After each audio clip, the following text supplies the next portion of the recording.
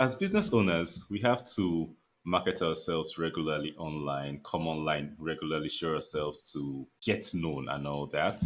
And one part of doing this is creating content, consistent content on the various social media platforms. And as you and I know, that's one very, very difficult thing, at least for me. I don't know about you. And today's episode of the Tech Your Business podcast, where we show business owners like you different ways to use technology to stay ahead of the competition, would cover that. So on today's episode, we'll be talking with Aaron Whitnish, and what he'll talk about is his 30 days of content in 90 minutes system. So you want to create 30 days of content in 90 minutes for your business, stay with us. So welcome to the show, Aaron. Peter, it's great to be here. Thanks for having me. Thank you so much. So can you just tell us what exactly is the 30 days of content in 90 minutes system about?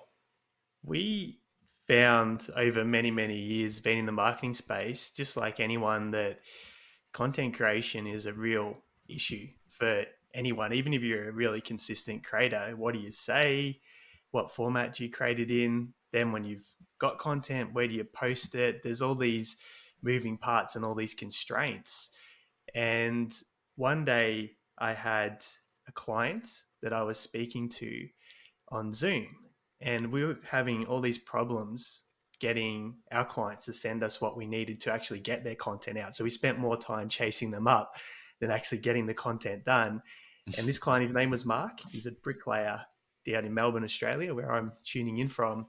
And he said, I want to create some videos and I want to build up my profile in the local construction industry. And I was like, geez, trying to get videos from a bricklayer in Melbourne, that's going to be challenging. So I said, let's just try something. And I said, we're going to hit record while we're here on Zoom. And I'm just going to start asking you questions and let's just chat. And so we hit record and I was like, so tell me how your business Bricket got started. Tell me about how you solve problems for builders. Tell me about how you build the crew and how you build systems on site. What separates you from other bricklayers in the industry? And he just rattled off these beautiful responses as if we're having a coffee or a beer. And it was completely spontaneous. So after 20 minutes, I hit the stop recording button and I sent it to my editor and said, can you just cut any clips that you think that we could use on Bricket's social media? The next day, I got back a folder with 12 clips in it. And then we put Bricket's Oh, branding on it with all the captions. And I sent it to Mark. And he was like, what? And I was like, what as well? Because we'd just done this without any planning. And we got 12 videos for him in a 20-minute conversation on Zoom. And that's when I realized if you remove all the constraints, all the equipment constraints, all the what to say constraints, and you just let people show up and have conversations, you can overcome a lot of these content creation problems. And then you can repurpose a conversation into videos, you can repurpose the transcription into text. And that's kind of how it came about. amazing, amazing, amazing. So for this system, what problem does it? I already see the problem it solves, but just for the listeners, what problem does it solve for business owners? The first problem is what do you say? And let's talk about that because we can solve that moving forward for everyone that's tuning in today. So, a lot of people don't realize that there's free tools on Google that will tell you what your target audience are typing in online. So if you go and take a keyword, so let's say you're a mortgage broker, so someone that does home loans as an example, you could take a keyword like home loans, you could take a keyword like interest rates, you could take a keyword like property market, and you just put it into Google. If you scroll down a little bit, there's a section called People Also Ask, and that'll have questions that the target audience are typing in and asking online. So you just copy and paste the questions that you can answer, put them in a spreadsheet. You click the little down arrow, you'll get some more questions. You click the down arrow, you'll get some more questions. And you just do this with 5 or 6 topics that you would talk about for your target audience. And you can do this with your smartphone on the fly. So if you're ever sitting there going, okay, what can I post about? Just go to Google and that'll give you answers in about 5 or 6 seconds. So knowing not only what to say, but solving problems and answering questions for your target audience also makes you the solution to their biggest problems. And I think once you can get past that initial challenge of, well, what do I talk about? What do I say? Then we're halfway there when it comes to content. Amazing, amazing. So I think we've talked about the system a bit. So let's talk about you a bit. Can you tell us a bit about your journey? I know you said you're in Melbourne, Australia, and I was just talking about how different the time zone is always when we get to Australia. So can you tell us about your journey and how you got to this point? Yeah, sure. I always got this lame joke that we're coming from the future in Australia because our time zone's ahead. Ah, So I can tell you what the future looks like. yeah. So 2008 was when I first started marketing online, and it was very different back then. So what I used to do initially was find niche products, and I would run Google ads to a sales page and sell the products directly on the page. So that's where I learned copywriting, headlines, advertising, things of that nature. And I was selling all these niche products, everything from like bass fishing to wine stemware, you name it. And a few business owners knew that I was in my network, knew that I was doing things online. So someone would reach out and say, "Hey, I know you're doing stuff on the internet. Can you do anything from our business?" So that's how the agency started, almost by chance, I guess. And over the years, social media platforms started to come out. Back then, it might have just been Facebook in 2008. There was no Instagram, no TikTok, things of that nature. And so for many years, was doing all aspects of marketing. And what I found was it's really hard to build that type of business because you got to have specialists in advertising, copywriting, web development, and to build a team and manage all that is very complex. So over the years, we started to refine, simplify, and niche down. And that's in, it would have been 5 years ago, sort of when COVID was started, we're doing a lot of work on LinkedIn. And part of that process was doing content for clients. And we had a few friends of our clients reach out to us because we were posting their posts and said, "Hey, you're doing content for XYZ company. Can you do our content?" And I was like, so people want just a content service. They don't necessarily want all the other stuff. So we started to offer content as a Yeah. service. And then I realized from a business owner's perspective, one, we're solving a big problem. Most business owners don't want to do content, but the ones that understand the role that it plays want content. So I was like, what if we just specialized in that service and created content? And that's kind of how the content service came about. And then fast forward a few years, that's when we actually worked out how to simplify it for clients and have a process where they just show up and talk to us once a month, and then we can repurpose that, get their videos done, get their written posts, get all their uh, everything that they need for the next 30 days. So that's kind of the evolution, starting with just advertising and doing copy all the way through to specializing in content creation. What's that, 14, no, 16 years later. So it's been quite a ride.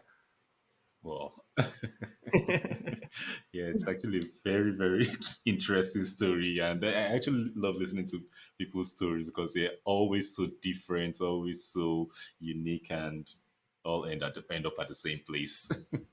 Yeah. All in the same place. So can you share, okay, for a couple of people, they feel they can't create content because they aren't creative enough. Yeah. So what would you say to these people? How do they get over this block? Everyone has the same fears, has the same doubts. They hate being on video, generally speaking. It's very rare for me to meet someone that's okay with just putting themselves on video, putting it online because you're completely exposed. Someone can post a comment. So the first thing that I would say is it's a bit of a mindset shift because generally when we're focusing on that, we're focusing on us. But if you look at it as who can I help or make their life better, it actually pivots the focus onto service and contribution. So you kind of move past yourself. And the reality is that whenever anyone starts doing content, they're probably not going to be that great at it. It's a new skill. It's like going to the gym. If you haven't lifted weights before, you're probably not going to lift something really heavy and do it with ease. It's going to take many Yeah. visits to the gym before you start pushing out PBs and feel good about it. Content's no different. Over time, you get better and get more comfortable with the process. The way that we've overcome that is with the conversational approach. Most people can chat to a friend, they can chat to a family member, they can chat to a client, they can chat to a colleague. So when you're having a conversation, you forget after a little while that you're on video. You just lean in, you're in rapport. It's a bit like us right now. We're just chatting away. Unless I consciously think about it, I forget we're doing a podcast. I forget that we're recording. So when you can get people just to be Yeah. themselves, be authentic, and show up and record that conversation, one, you get very original content. Number two, you get content that aligns with their brand. So it'll repel the people that don't feel like the way they deliver a message is a match, but they'll attract in people that do resonate with the message. And so when you can take a process that's very daunting and put it into a format, the conversational format that most people are quite comfortable with, you resolve a lot of those issues. So that's what I'd say. Make it a painless process. Don't stare down a camera and try and do teleprompters or scripts. It's very awkward. As soon as you mess up a sentence, you'll want to do it again. Treat it like you're with your best friend over a cup of coffee, and you'll get beautiful content that doesn't feel forced, and it'll completely revolutionize the way that you feel about creating content moving forward. Okay. So now there's another question I would like to ask because a lot of business owners create content and they keep creating content, but they don't get much engagement or they don't get any sales conversions from this content. So, what would you say that they should do to ensure that this time spent creating this content and the effort spent is at least rewarded with some results in the business? Yeah, I see it a lot as well. There's a series of reasons why the content doesn't get clients. If we speak to that specifically, number one is when people create content, they're really broad. Yeah. So they're trying to create a video or a post that'll appeal to everyone who's not their clients. Yes, it might get reach, it might get engagement. So, for example, if I do posts about not drinking, I get a lot of traction. A lot of people love it, but I'm only appealing to people that are interested in not. That's nothing to do with my Yeah. business. So you've got to get in the head. Okay, if I solve problems for my target clients, who are my target clients? Which platform are they on? This is really, really important. What time are they on that platform? Because you're much better off getting in front of 10 prospects that actually have the problem that you solve and have urgency around that than 100,000 kids in their mum and dad's basement that are watching TikTok videos, for example. So it's the quality of the audience, not the quality. So a good way to look at this is reverse engineer it. Which platform do you go to consume content about your industry? And then go, okay, that's the platform I'm going to focus posting the majority of my content on. What time do I have the ability to stop and actually watch and interact with content? For a lot of markets, it's the evening time when their clients or target clients are not at work. They've got time in the evening to actually sit and scroll on their phones. So I'm going to post it at that time of the day.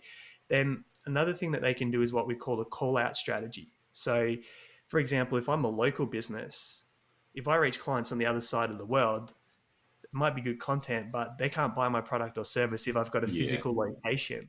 So we've got a hair salon that we worked with in Tamworth, Australia, which is a country town. So what we will do is in the headlines of posts, we'll say Tamworth ladies, here are some blonde hairstyling tips heading into summer. So we actually call out the target client so we can actually get that post to appeal to the right person.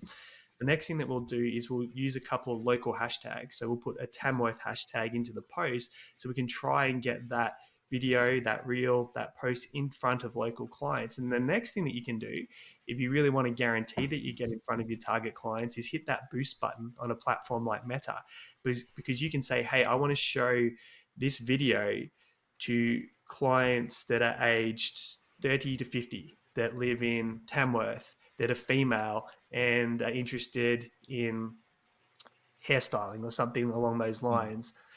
And when you do that, you know that the eyeballs that you're paying Meta a few dollars for, you can actually get shown to the right audience. So there are a series of tips that I can share that can help you get your content in front of the right client. So just make sure you know which platform is the best platform to post on, what's the best time to do it, use those hashtags, call out your target clients in the headlines and the videos, and don't be afraid to spend a few dollars showing that content to the right audience. Those are actually really good tips, and I think in between them, people implement and actually taking action on those will get results that they're looking for their business. So now, for small businesses, in your experience, especially, okay, I know things change.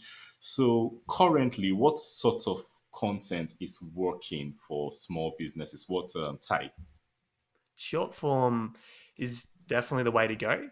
The great news about short form, so to give you context, what is short form if you're not aware and you're tuning in today? So we're talking about reels, we're talking about YouTube shorts and TikTok videos. And the reason why they work is what the platforms want. So since TikTok came on the scene, they revolutionized the way that all the social media platforms treat video. So soon as TikTok got popular, you'll notice that Meta, which is Facebook and Instagram, they introduced Reels. YouTube introduced Shorts. The great news about this for Yeah. business owners is it's very easy to create a sub 60-second video versus a 10-minute video. So it actually works in our favor. And the other benefit of short form is it doesn't matter if you don't have an audience. It doesn't matter if you don't have followers, if you haven't posted content before. You can get fast traction with reels, with shorts. So there's some instant gratification when you go down this path. And it allows you to create lots more content. And when someone isn't familiar with you, asking them to commit 20 seconds to watch a short video isn't a big ask. Asking someone that isn't familiar with you to watch a 10-minute video is a major Yeah. ask. So it actually plays into the small business owner's hands and makes content creation a lot easier. So if you're not creating content yet, one of the easiest places to start is really short clips in the Reels format, in the Shorts format. So you film it in portrait mode on a smartphone, put some captions on, which most platforms allow you to do it for free inside the platform. They'll add captions to your videos and just follow what we spoke about in the last segment, which is about when you post it and when you put it online. So keep it really simple and just play the content game the way the platforms want to play it, which could change in the future. But right now, they prize short form. That style of content has a short lifespan, so it might only perform for 24 hours, and unless someone re-engages it to push it back in the feed, it'll stop performing. But that's fine. It allows us to post at a high frequency without having a lot of variety. So with having a lot of variety to our audience and being able to talk about new things, new ideas all the time, but not having to go down the route of producing really long videos that are really hard to edit and really hard to maintain and hold someone's attention for an extended period of time.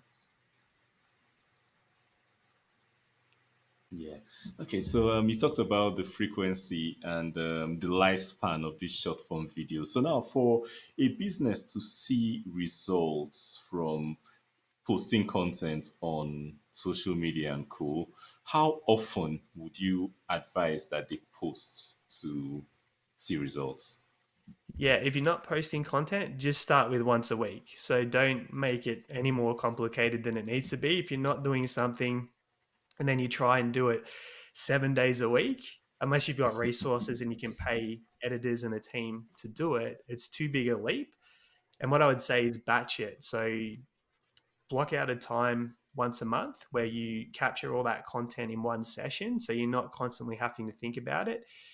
Get it done, and then you can schedule it in advance. And most platforms, for example, if you go into the Meta Business Planner, it'll tell you the best times to schedule the content in the planner. It'll say these are the active times of your audiences. So it gives you a lot of the clues. So if you're not posting content, just start there, keep it really simple. The reality is with short form, you can post daily. And because of its short lifespan, that's not going to be a problem for your audience. And the reality is only a small percentage of your audience will see a piece of content in most cases, and most of them aren't going to watch the whole thing. So we're not going to have any problems by posting daily.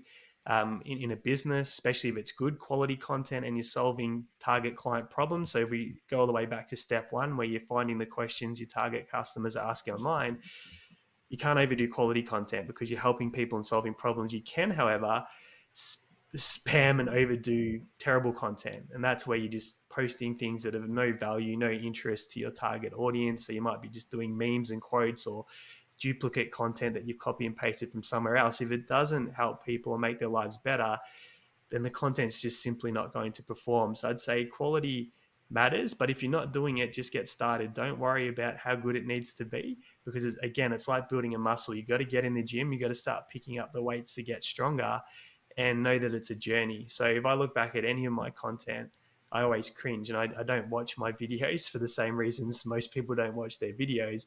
But if I see something I did 12 months ago, I'm not going to like it. And then I know that something that I do today, I'm going to see that in 12 months and I'm not going to like it, because it's an evolution. So I'd say you can post daily. There's no challenges doing that with short form content, especially if you've got the resources and as a business owner to be able to do that frequency. It'll definitely separate you from the competition if it's quality content and you're solving problems. But if you're not doing anything, just start with once a week and get on the field. Amazing. So for tools, maybe tech tools that make this content creation, content posting and co easier, do you have any recommendations for user-friendly options business owners can use? Yeah. So depending on where you're at in your business journey, so if you're bootstrapping and you're at the early stages, there's some tools that can really help you get going with content. So for example, if we took this conversation that we're having here today, Peter, there's a tool called Opus Clip, and we could run this conversation through Opus Clip. It's going to spit out probably 20 or 30 clips in short form content that could go out on social media.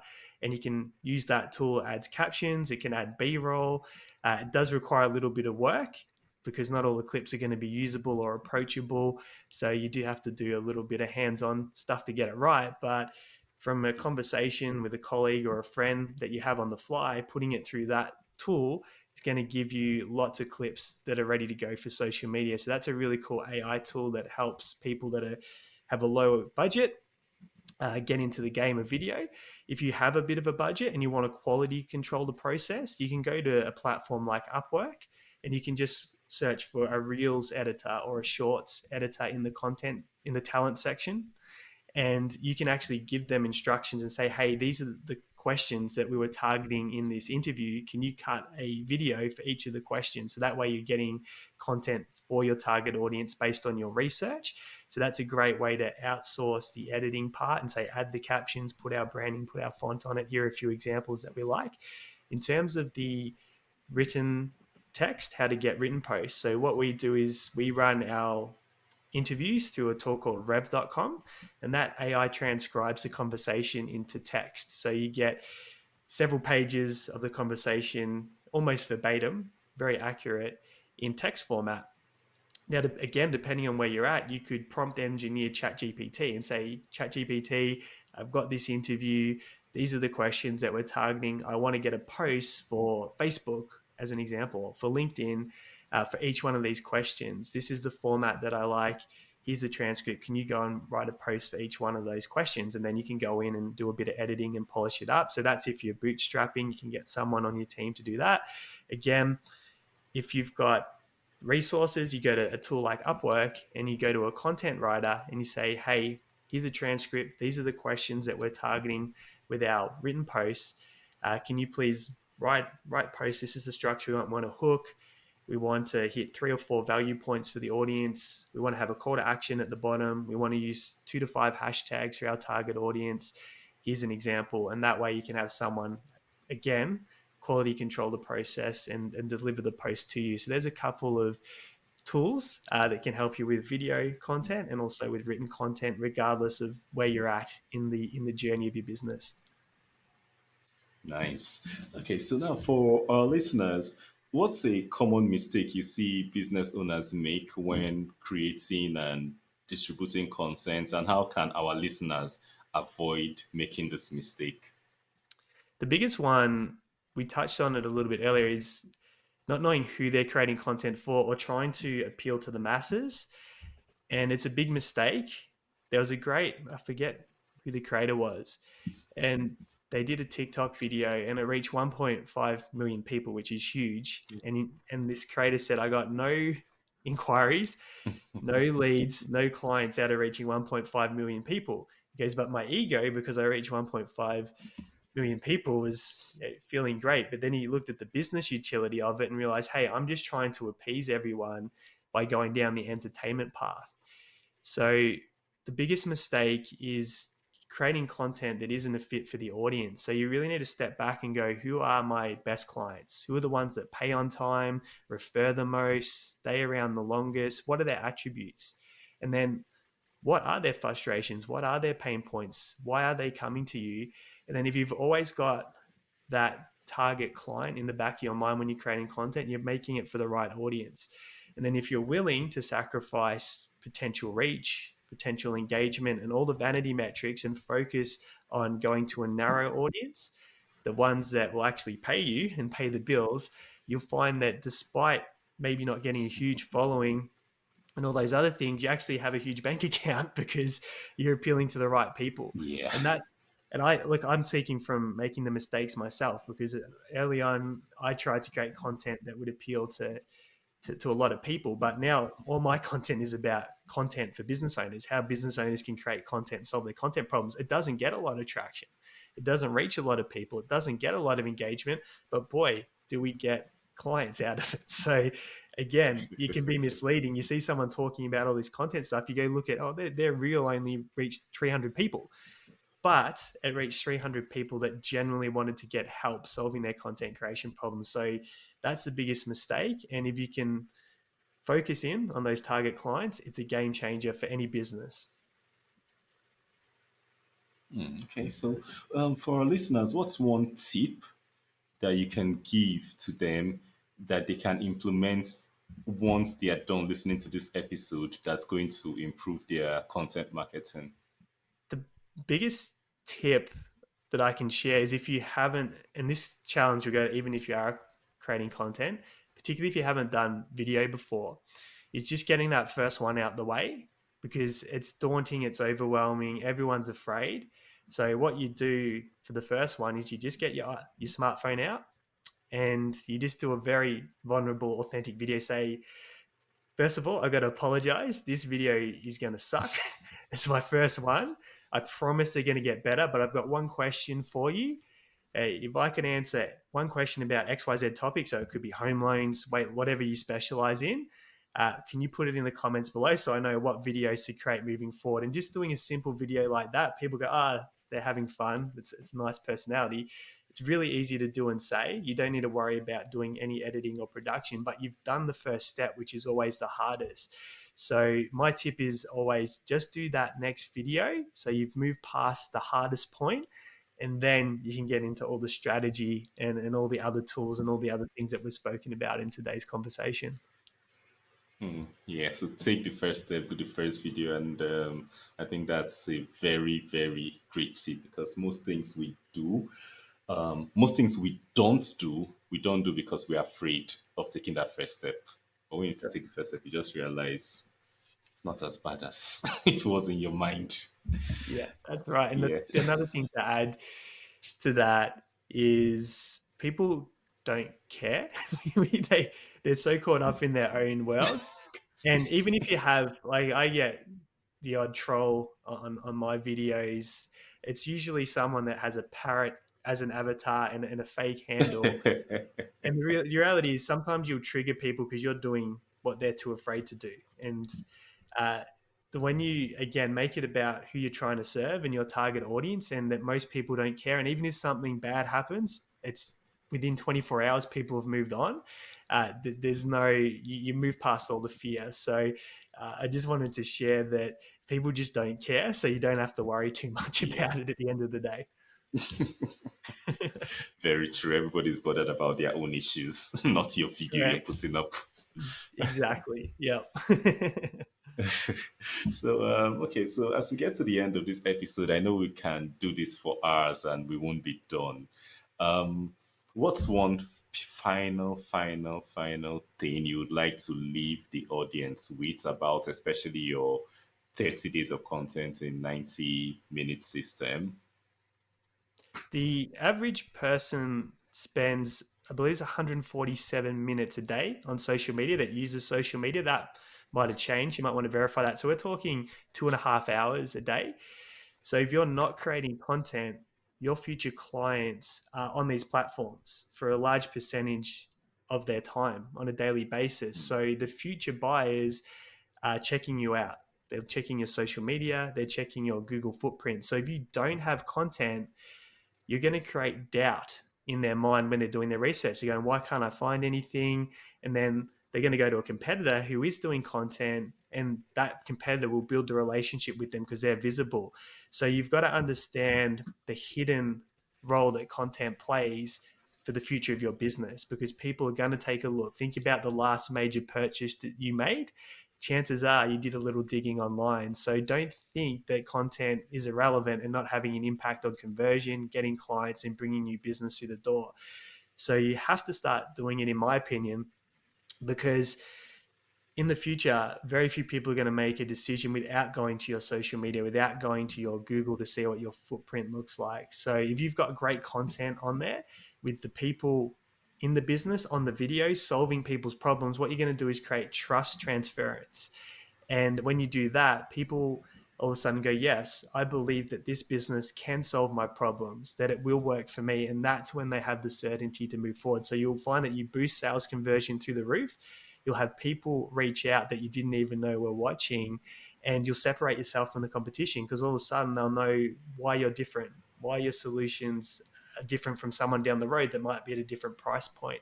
So it's understanding also the role that content plays in your business. So I just wanted to lay that in because some people need to understand what utility does content actually have when it comes to converting and attracting new business. So that's probably one more thing to add that's really important to understand about content. And I think one of the most important things too, because when I buy, I actually search online. I search. We buy socially. We want to know that other people have bought. We want to know that this person has a footprint online and all that. You don't want to buy from a ghost online. So, Yes. yeah, so that's actually Yeah. that's Yep. actually a really good point. So, okay, you've been in this field since 2008, if I remember correctly. Yes. So, if you had to go back to 2008 and you had to give 2008 Aaron one piece of advice concerning getting to where you are now, what would you tell Aaron? It would be don't create too many moving parts. So, like most people starting out, it's like I was trying to manage a million things and I keep chopping and changing paths, changing direction, and then you'd have to basically you'd burn everything and you'd rebuild. So if I was starting from day one, I'd say pick one thing, pick one platform, pick one niche, and know that hey, it's going to get a bit boring at some stage. That's part of repetition and doing the same thing over and over again. But if you stay in your lane and commit to one thing long term, generally speaking, you'll be successful if you add time to that. So that would be my advice to probably eliminate 10 years where I stuffed around and went all over the place doing different things. Yeah. And I think the funny thing is that I was laughing because this advice you're giving is something I only started paying attention to 3 years ago. Younger me, I think I started my first business like maybe 14 years ago, and I kept starting new things. I just was doing so many things. And what I've learned now is, yes, everything is interesting. It's interesting starting things, but once you pick one thing, once you focus on one thing, once you use that energy you would have used on running multiple businesses or multiple projects or whatever on that one thing, you're going to build something much bigger than those multiple unrelated whatever you've been doing. So yes, that's amazing advice. And I feel anyone who is doing what you were doing, what I was doing in the past, and is listening to this episode, please take that advice. It's very important. Yeah, no, I'd love to be getting told that all the way back then again. Still have to remind myself at least once a week as well. So, No, it's crazy. I think it's sort of with the brains we are born with because we love novelty, we love new things, we love that starting feeling. I keep getting ideas every day, but I just okay, yes, nice idea. Okay, so back what were we doing before? Yes, exactly. Yeah, get into the ideas box, back to where we need to focus. Yeah, yeah, I hear you. That's great. So for our audience who want to continue this conversation, who want to learn more about your 30 days of content in 90-minute system, for who want to learn more from you, want to connect with you or work with you or anything, what's the best way they can reach you? So the best thing to do is to go download the system, which we give away for free. So if you go to contentonly.au, you can go download the 30 days in 90 minutes content creation system. We've got a tutorial that walks you through the steps in the process so you can see exactly how to do it, and everything that we've talked about in this episode. You can see exactly how it works. So contentonly.au is probably the best place to start. Amazing. So contentonly.au, the 30 days and 90-minute system is free of charge download. It has a tutorial. You go there, you download it and implement it in your business. So that will That's be it. on the screen. That will be in the show notes once this is live.